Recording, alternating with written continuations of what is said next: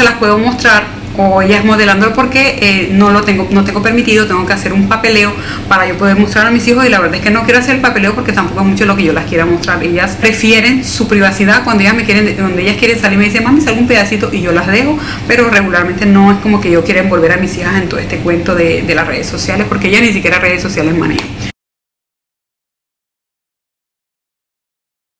Recuerden que cuando yo les pongo un código no es por siempre. Si necesitan un código más adelante tienen que volver más tarde y entrar a mi canal, mirar los videos nuevos y de ahí coger el código. Los de los videos viejos no van a contar porque esto me los están dando así. La idea de ellos es mirar qué tanto se mueve mis videos.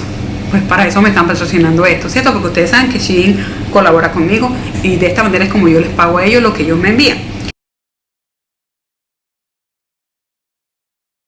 Entonces, eso me preguntaban el otro día, que por qué compraba tanto. No compro tanto.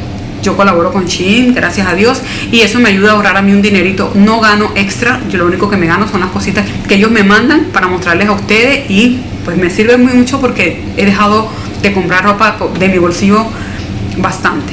Compro cosas como muy específicas que necesito, pero yo, como estoy colaborando con ellos, me mandan cositas para la casa, para mis hijas, para mí. El único que no recibe es el hombre de la casa. Mi esposo sí no recibe casi nada porque es muy raro que manden algo para hombre.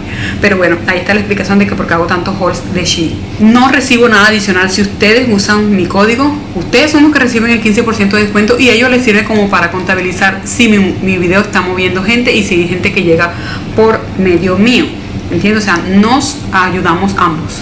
Yo les comparto a ustedes un código del 15% que es bastante dinerito, y pues yo gano, ¿qué gano? Que ellos sepan que mi video sí está trayendo gente a la tienda y listo. Bueno, voy a quedarme sin cámara, la estoy golpeando.